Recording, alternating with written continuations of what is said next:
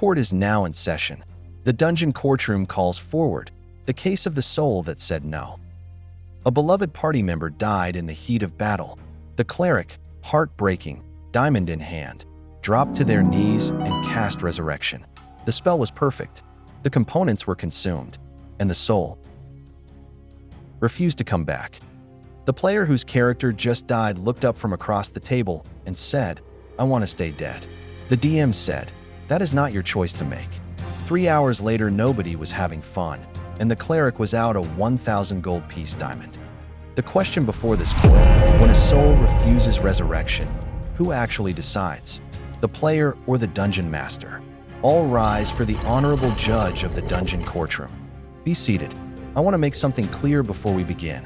This case is not just about rules.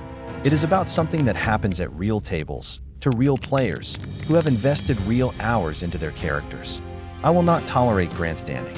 Both counselors will cite their sources and speak plainly. This court takes character death seriously. Your Honor, the rules are unambiguous and they are right there in the spell text. In both 2014 and 2024, Resurrection states, if its soul is free and willing, the target returns to life.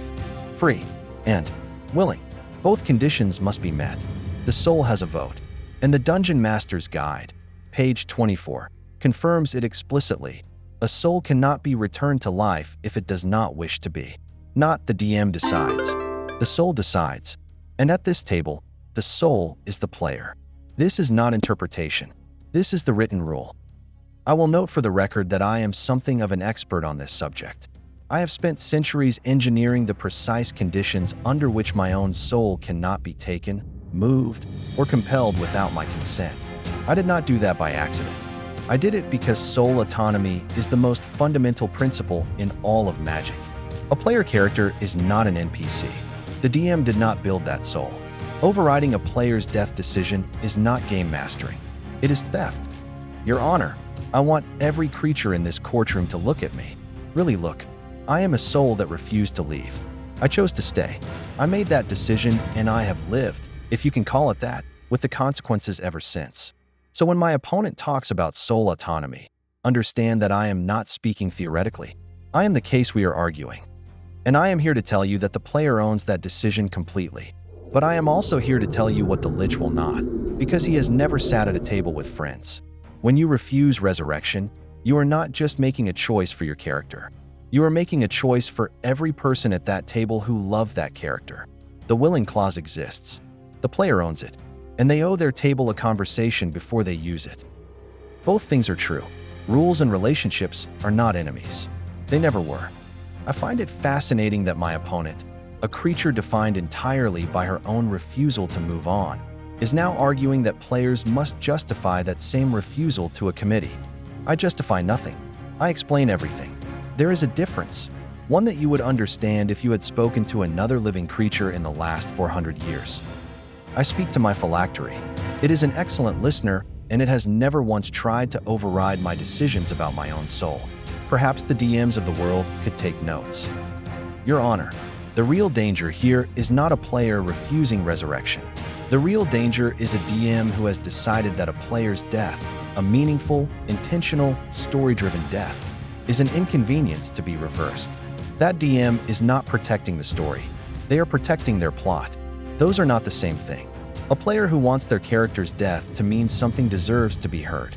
The willing clause exists precisely for that moment. And a player who detonates their character without a word of warning, burning their cleric's diamond, derailing the campaign, leaving 4 other players with no arc to follow, has not exercised their rights. They have abused them. Soul autonomy does not mean consequence-free autonomy. It means the player decides.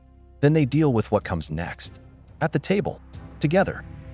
I've seen this exact fight 3 times this month. Enough.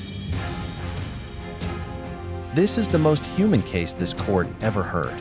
And I mean that as a warning to both of you, not a compliment. Here's what the rules actually say. Resurrection requires a willing soul that is raw, confirmed in the player's handbook and the Dungeon Master's Guide. The soul has a vote. The Law Council is correct on that. The player owns their character's soul. Full stop. However, the rules do not specify who voices that willingness at the table.